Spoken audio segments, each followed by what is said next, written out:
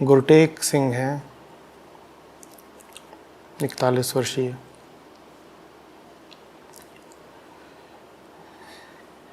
कह रहे हैं कि जिस देश में इंसान को ही जानवर की तरह काटा जा रहा है, वहाँ आप एनिमल राइट्स की इतनी बातें करते हैं। तो मैं एनिमल राइट्स की, पशुओं के अधिकारों की बातें सिर्फ पशुओं के लिए ही थोड़े ही करता हूँ गुरटेक सिंह। इतनी बार मैंने बोला है कि पशु के साथ तुम जो हिंसा कर रहे हो ये तुम्हें भारी पड़ेगी। पशु को तो तुमने काट दिया, मार दिया, एक तरह से उसकी पीड़ा का तो अंत हो गया। लेकिन ये जो तुमने पशु के साथ किया, उसे मार दिया, मार के तुम उसे चबा गए, ये तुम्हें अब भारी पड़ेगा और तुम्हें जीने नहीं देगा। तुम्हें इसके दुष्परिणाम भोगने ही पड़ेंगे। और उन्हीं दुष्परिणामों का आपने यहाँ पर जिक्र करा है। जब आप किसी पशु को भी मारते हो तो वास्तव में आप और ज़्यादा हिंसक होते जाते हो। आपको पता नहीं लगेगा, आपके भीतर वो सूक्ष्म बदलाव लगातार आता रहेगा। आप तो बस उसके स्वाद में और जो उससे आपको लग रहा होगा कि पौष्टिकता मिल रही है, उसी में खोए रहेंगे। लेकिन उसका आपके सूक्ष्म मन पर क्या असर पड़ रहा है ये आपको पता नहीं चलेगा। असर पड़ता है और बहुत ज़्यादा पड़ता है।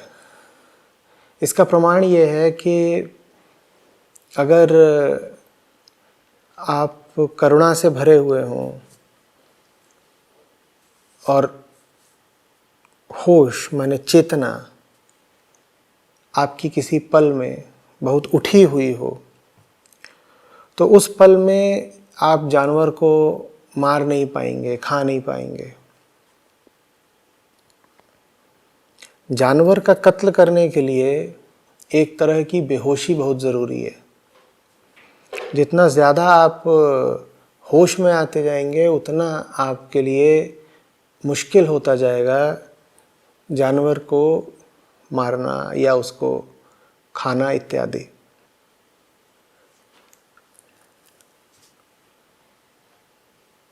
तो जो काम सिर्फ बेहोशी में ही हो सकता है, वो निश्चित रूप से बेहोशी को बढ़ाएगा ही ना, अपने और ज़्यादा होने के लिए। तो जानवरों के साथ हिंसा करने वाला अंदरूनी तौर पर भी और ज़्यादा हिंसक होता चला जाएगा। और फिर कहीं ना कहीं तो हिंसा निकलेगी, बल्कि ऐसे कहिए कि वो हिंसा सब जगह ही निकलेगी। उसी हिंसा का फिर एक तरह का प्रदर्शन होता है, उसकी अभिव्यक्ति होती है जब आदमी आदमी को मारता है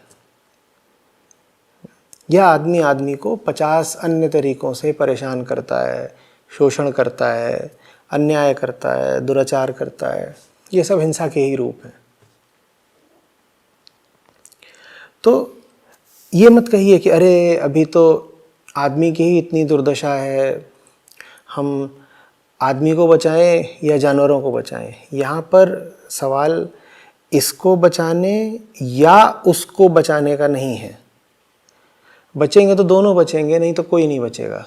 क्योंकि दोनों को खत्म करने वाली, दोनों के ही विरुद्ध हिंसा करने वाली ताकत एक ही है, और उस ताकत का नाम है हमारी चेतना का अंधेरा।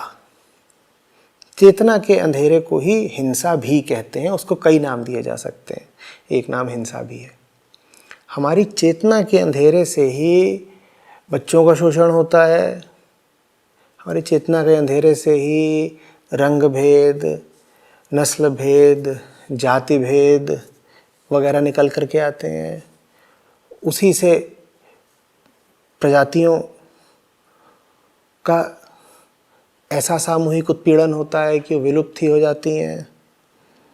उसी से रोज़ करोड़ों जानवर काटे जाते हैं और उसी हिंसक अंधेरे से इंसान के ऊपर ज़्यादती और अत्याचार करता है।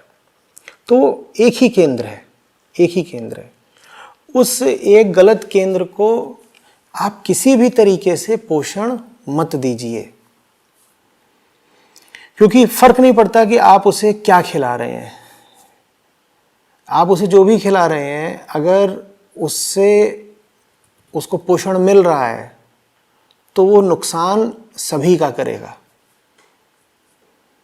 बात समझ में आ रही है? आपने कहा कि मैं एक तरह की हिंसा करूंगा और सोचूंगा कि बाकी तरह की हिंसा नहीं होगी, तो आप गलतफहमी में हैं। अगर आप एक तरह की हिंसा कर रहे हैं तो आपको बाकी तरह की हिंसा भी करनी ही पड़ जाएगी। हिंसा होती है, हिंसा करके आपने अपने भीतर के हिंसात्मक केंद्र को पोषण दे दिया है। अब वो हर तरह की हिंसा करेगा। अगर आप सोच रहे हैं कि आप अपने पड़ोसी के प्रति हिंसा करेंगे लेकिन अपने रिश्तेदारों के प्रति नहीं करेंगे या अपने घर वालों के प्रति नहीं करेंगे, तो आप भूल में हैं। हिंसा के कई प्रकार नहीं होते, मूलतः हिंसा एक होती है। बाहर से भले ही आपको उसमें भेद या प्रकार दिख जाते हो, बाहर से हमें उसमें भेद दिख जाते तो हम कहते हैं नहीं देखिए, मैं पड़ोसी के प्रति तो हिंसक हूं पर अपने लोगों के प्रति हिंसक नहीं हूं, या मैं जानवरों के प्रति तो हिंसक हूं लेकिन इंसानों के प्रति हिंसक नहीं हूं, या मैं काले लोगों के प्रति तो हिंसक हूं लेकिन गोरे लोगों के प्रति हिंसक नहीं हूं। हम ऐसी बातें करते हैं, है ना? ऐसा वास्तव में सच नहीं है। गहराई में आप जाएंगे तो आप पाएंगे कि अगर आप एक दिशा में हिंसक हैं तो आपको बाकी दिशाओं में भी हिंसक होना पड़ेगा। ठीक है? तो पशुओं को बचाना पशुओं के लिए तो ज़रूरी है ही। पशुओं के प्रति करुणा है तो मैं कहता हूँ पशुओं को बचाओ, लेकिन साथ ही साथ ये भी कहता हूँ कि अगर खुद को चाहते हो, अपना भला चाहते हो, अपने बच्चे का भला चाहते हो, तो अपने बच्चे की खातिर पशुओं को बचाओ। वो ताकत जो किसी मासूम, निर्दोष, नन्हे, बेजुबान पशु का गला काट रही है, वही ताकत होगी किसी और रूप में, किसी और नाम में, जो तुम्हारे बच्चे का गला काट रही होगी। क्योंकि गला और गला तो एक ही होते हैं, खून और खून तो एक ही होता है। जो एक का गला काट सकता है, गला तो दूसरे का भी काट सकता है। हिंसा का केंद्र तो एक ही होता है। हो सकता है आज उसकी दिशा एक तरफ की हो, लेकिन दिशा बदलते देर नहीं लगेगी। परिस्थितियों के साथ दिशा बदल जाएगी, तो इसलिए तैयार रहना होता है। इसी से संबंधित एक और प्रश्न है। इंसान के पास तो खाने को है नहीं, आज इंसान के पास तो खाने को है नहीं और आप जानवरों को खिलाने की बात करते हैं। देखिए,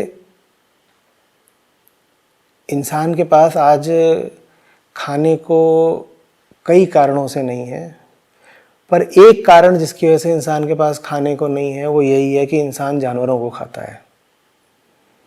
जिन्होंने प्रश्न करा था वो कह रहे थे कि इतने जानवर हैं, अगर इनको हमने नहीं खाया तो हमें दो तरफा चोट पड़ेगी। पहली बात तो अगर हमने जानवर नहीं खाए तो हमें अन्न खाना पड़ेगा, और अन्न की दुनिया में वैसे ही कमी है। और दूसरी बात, अगर हमने इन जानवरों को नहीं खाया तो इन जानवरों को अन्न खिलाना पड़ेगा, और अन्न की दुनिया में वैसे ही कमी है। तो उन्होंने अपनी तरफ से बड़ी बुद्धिमानी का तर्क दिया था। बोले देखो, जानवरों को खाना बहुत ज़रूरी है। अगर तुम जानवरों को खा रहे हो तो तुम दो तरीके से दुनिया में भुखमरी को रोक रहे हो। आप प्रश्न पूछने वाले को तर्क समझ रहे हैं? वो कह रहे हैं देखो, अगर तुमने जानवरों को नहीं खाया तो तुम क्या खाओगे? अन्न, और अन्न की तो वैसे ही कमी है, तो इसलिए जानवरों को खाना बढ़िया बात है। और दूसरी बात, अगर तुमने जानवरों को नहीं खाया तो जानवर क्या खा जाएंगे? अन्न, और अन्न की तो दुनिया में वैसे ही कमी है। तो बोले देखिए हमने कितना ज़बरदस्त तर्क दिया है। ये तर्क ज़बरदस्त नहीं है, ये तर्क आपकी अशिक्षा का द्योतक है। आप बिना तथ्यों को जाने, बिना तथ्यों के बारे में जानकारी रखे बकबक करने में बहुत रुचि रखते हैं। आपको पता ही नहीं है कि ये जो जानवर घूम रहा है वो अपनी मर्जी से नहीं पैदा हुआ है। आप अगर जानवर को खाएंगे नहीं तो जानवर पैदा ही नहीं होगा। अब ये बात आपको आसानी से समझ में ही नहीं आएगी। आप कहेंगे ऐसा कैसे? अगर हम जानवर खाएंगे तो जानवर क्या पैदा ही नहीं होगा? जी साहब, जिन जानवरों को इंसान खाता है, अनुमान लगाइए उन जानवरों में से कितने प्रतिशत हैं जो प्राकृतिक तौर पर पैदा होते हैं? अनुमान लगाइए, अनुमान लगाइए।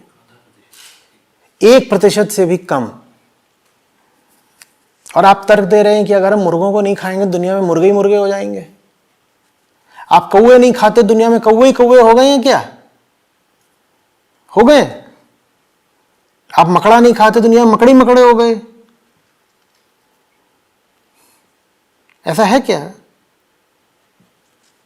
पर ये जबरदस्त और बेहुदा तर्क उछाला जाता है कि अगर मुर्गा नहीं खाएंगे तो इतने मुर्गे हो जाएंगे, बकरा नहीं खाएंगे तो बकरे ही बकरे हो जाएंगे। आर्कटिक से लेकर अंटार्कटिक तक बर्फीले बकरे। समझ में आ रही बात? और प्रशांत महासागर से लेकर अटलांटिक तक समुद्री बकरे। लोगों को बड़ा डर है कि कहीं मुर्गे और बकरे इतने ना हो जाएं तो फटाफट खाओ इनको, खाओ इनको। ये तो बिल्कुल एक महामारी की तरह फैल रहे हैं, इसको जल्दी से रोको। आप खाएंगे नहीं तो उन्हें पैदा नहीं किया जाएगा, उन्हें ज़बरदस्ती पैदा किया जाता है, नहीं तो उनको तो बेचारों को पैदा ही नहीं होना था। आप लेकिन इतनी बेहोशी में हैं कि आपको ये पता भी नहीं कि आप जिस मांस को अपना भोजन कह रहे हो, मांस आता कहाँ से है। ठीक वैसे जैसे आपको ये नहीं पता कि आप जो फल खाते हो फल आता कहाँ से। कितने लोगों को पता है?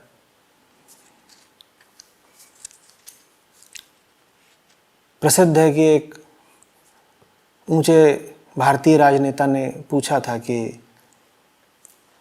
लाल मिर्च का कैसा होता है पेड़ और हरी मिर्च का कैसा होता है पेड़।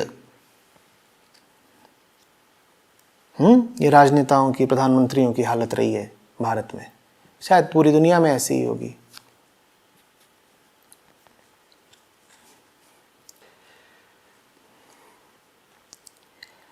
हम कुछ नहीं जानते कि हमारा खाना आ कहाँ से रहा है। वैसे हमें ये भी नहीं पता कि वो जो मुर्गा या बकरा हमारे पास आ रहा है ये आ कहाँ से रहा है।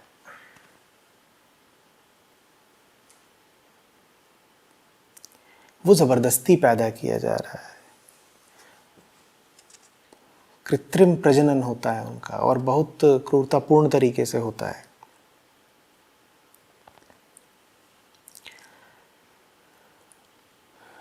इतना ही नहीं है, गाय और भैंस ये भी जो आपको सड़कों पे घूमती हुई दिखाई देती हैं, वो इसलिए नहीं दिखाई देती कि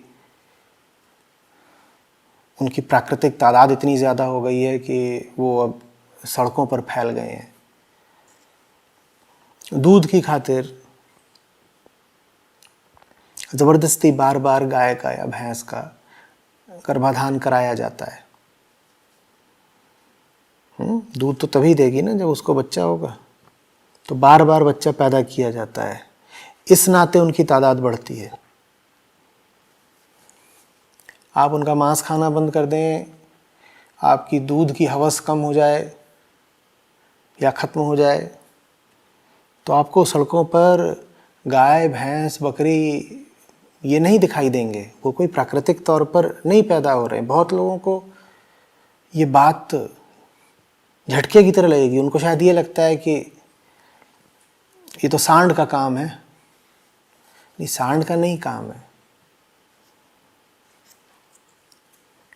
ये क्या है? कृत्रिम गर्भाधान, आर्टिफिशियल फर्टिलाइजेशन, इंसेमिनेशन।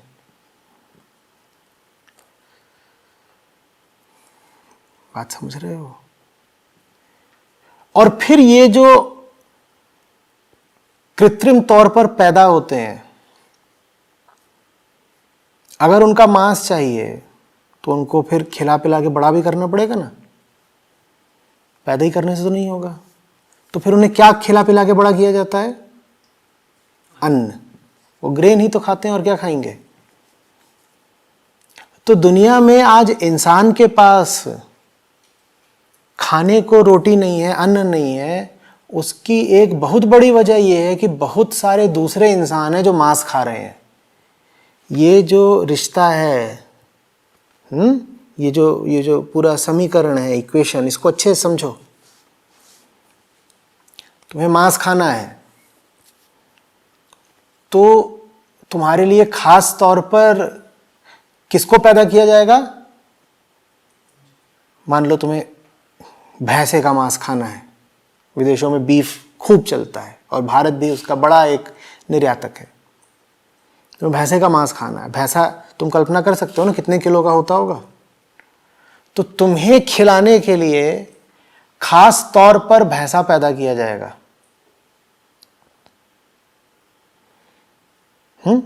और अब उस भैंसे को खिलाने के लिए क्या चाहिए? अन्न। तो बहुत सारा अन्न जिसको खाकर इंसानों की भूख मिट सकती थी, वो अन्न किसको खिलाया जाएगा? भैंसे को, ताकि तुम उस भैंसे का मांस खा सको। तो दुनिया में अगर गरीबी से और भूखमरी से मौतें होती हैं या कुपोषण होता है कि लोगों के बच्चों के पास खाने को नहीं है, तो उसकी बहुत बड़ी वजह यह है कि बहुत सारे लोग, दुनिया के अधिकांश लोग मांस खा रहे हैं।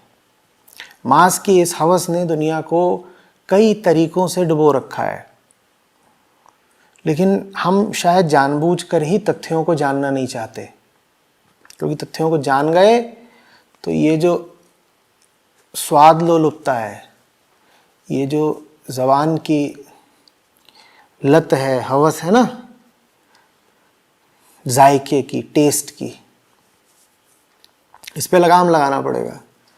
और कहाँ हम अपने मज़े पे लगाम लगाना चाहते हैं? तो हम कहते हैं ये बात हम जानेंगे ही नहीं, हमें पता ही नहीं करनी, हमें सुनना ही नहीं है। अभी कहानी आगे भी है। तो तुम्हें खिलाने के लिए ये जो कृत्रिम, आर्टिफिशियल तौर पे ये जो भैंसा पैदा किया गया, फिर उसे बड़ा किया गया, ये भैंसा जानते हो ना अपने जीवन काल में फिर क्या करता है? इसके शरीर से निकलती हैं गैसें। कौन सी गैसें निकलती हैं? मीथेन निकलती है, कार्बन डाइऑक्साइड निकलती है। सारी कौन सी गैस हैं? ये ग्रीन हाउस गैसें। और इन्हीं से दुनिया में फिर क्लाइमेट चेंज हो रहा है, ग्लोबल वार्मिंग हो रही है। ये भी लोगों के लिए, बहुत लोगों के लिए एक बड़ी नई खबर होगी कि मांस खाना क्लाइमेट चेंज के बड़े से बड़े कारणों में से है। एक अनुमान तो कहता है कि सबसे बड़ा कारण क्लाइमेट चेंज का मांसाहार ही है। जो बाकी अन्य अनुमानों कहते हैं नहीं, सबसे बड़ा नहीं, दूसरे नंबर पर है।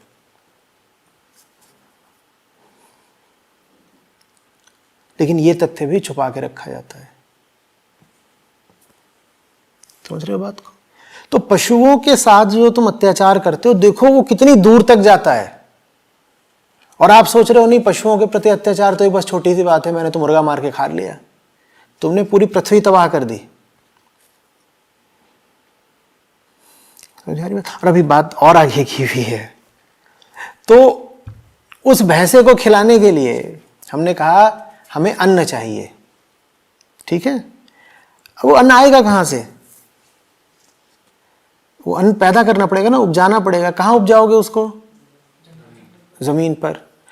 अब उतनी जमीन तो खेती के लिए पहले उपलब्ध थी जिससे दुनिया की जो इंसानों की आबादी है वो खाना खा रही थी, ठीक है भाई। दुनिया के जो इंसान हैं, दुनिया में अभी 800 करोड़ इंसान हैं, ये सब लोग अन्न खा सकें तो इतनी खेती तो की ही जा रही थी। लेकिन अब उन 800 करोड़ में से बहुसंख्यक ऐसे हैं जो कह रहे हैं हमें भैंसा खाना है। तो अब भैंसे के लिए भी अतिरिक्त अन्न उपजाना पड़ेगा ना। बात समझ रहे हो? तो अतिरिक्त अन्न कहां से लाओगे, कैसे उपजाओगे? जितनी जमीन पहले खेती को उपलब्ध थी उसमें तो बस इंसानों का काम चल रहा था, लेकिन अब तुम्हें इतने सारे भैंसों के लिए भी अन्न उपजाना है, वो कैसे उपजाओगे? और इतने सारे भैंसों के लिए तुम्हें बहुत सारा अन्न उपजाना पड़ेगा। क्यों?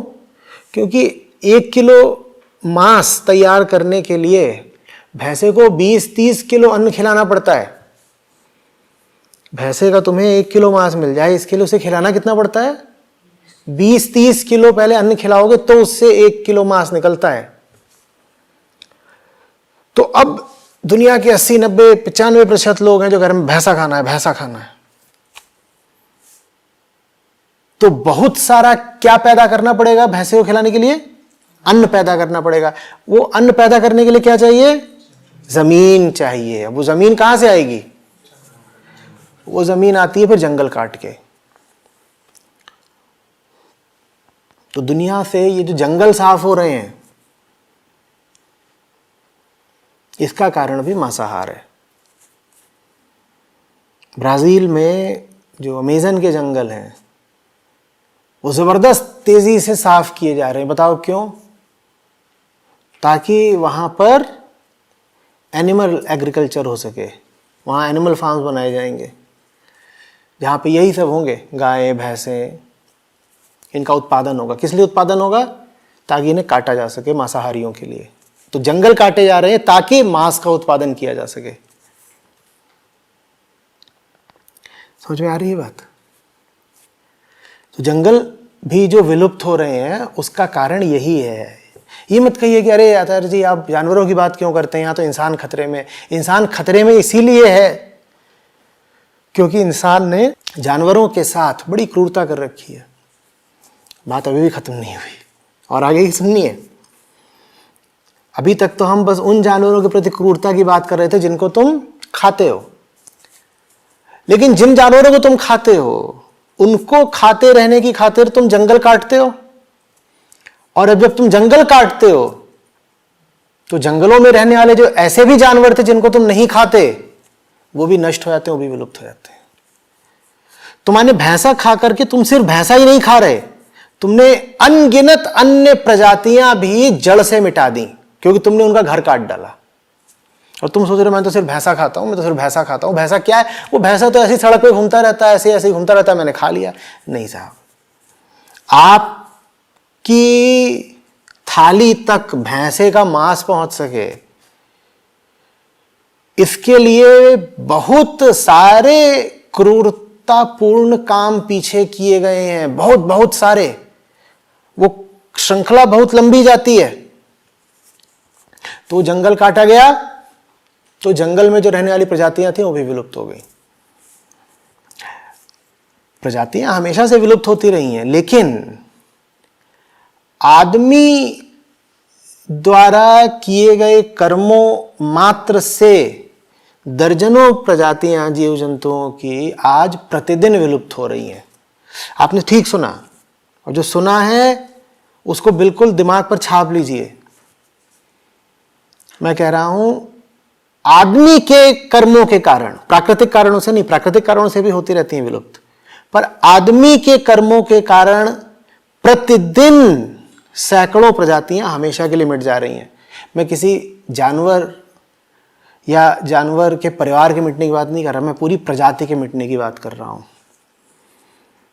तो वो इसलिए मिटती आ रही क्योंकि आपको मुर्गा खाना है, आपको बकरा खाना है, आपको भैंसा खाना है। समझ में आ रही है बात कुछ? अभी और आगे तक जाती है बात। जब आप जंगल काट देते हो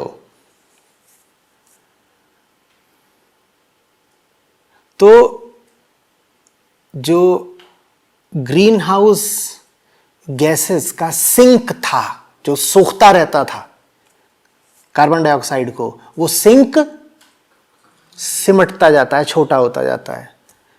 तो वातावरण में, वायुमंडल में ग्रीन हाउस गैसेस का स्तर लगातार बढ़ता जाता है। इतना ही नहीं होता, अभी और आ जाती है बात। वो जो पेड़ खड़ा हुआ था, जो कार्बन डाइऑक्साइड सोखा करता था, वो पेड़ जब तक खड़ा था तो वो क्या करता था? वो कार्बन डाइऑक्साइड सोखता था। वो पेड़ जब आपने काट दिया, अब उसकी लकड़ी पड़ी हुई है, उसकी पत्तियां पड़ी हुई हैं, वो जो पूरा ऑर्गेनिक मैटर है वो पड़ा हुआ है, उसमें क्या है? कार्बन। अब वो सड़ेगा, और जब सड़ेगा तो उसमें से क्या निकलेगा? Carbon dioxide. वो पेड़ जो कार्बन डाइऑक्साइड सोखने का काम करता था, वो पेड़ अब कार्बन डाइऑक्साइड बना रहा है। आप जी कैसे लोगे और कितने दिन जी लोगे ये हत्याएं करके, बताओ? और आप सोच रहे हो नहीं साहब, हम मुर्गा ही तो खा रहे हैं।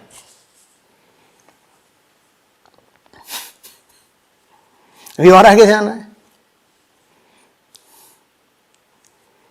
और आगे की बात यह है कि एक स्तर पर जब पहुंच जाता है ना ग्रीन हाउस एमिशन, तो फिर वो एक बन जाता है फीडबैक लूप।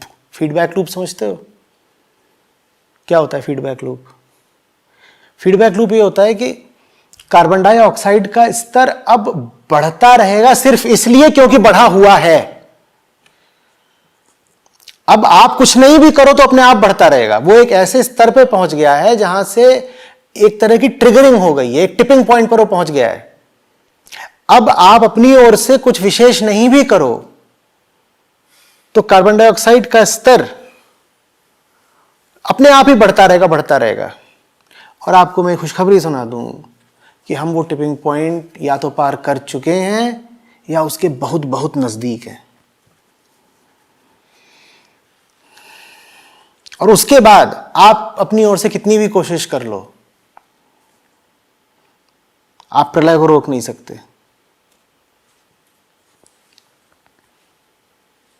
और वो प्रलय ऐसा नहीं है कि बहुत आगे आएगी भविष्य में, कभी 10 साल, 20 साल, 40 साल, अभी आप जवान लोग हैं, आपके देखते देखते आएगी।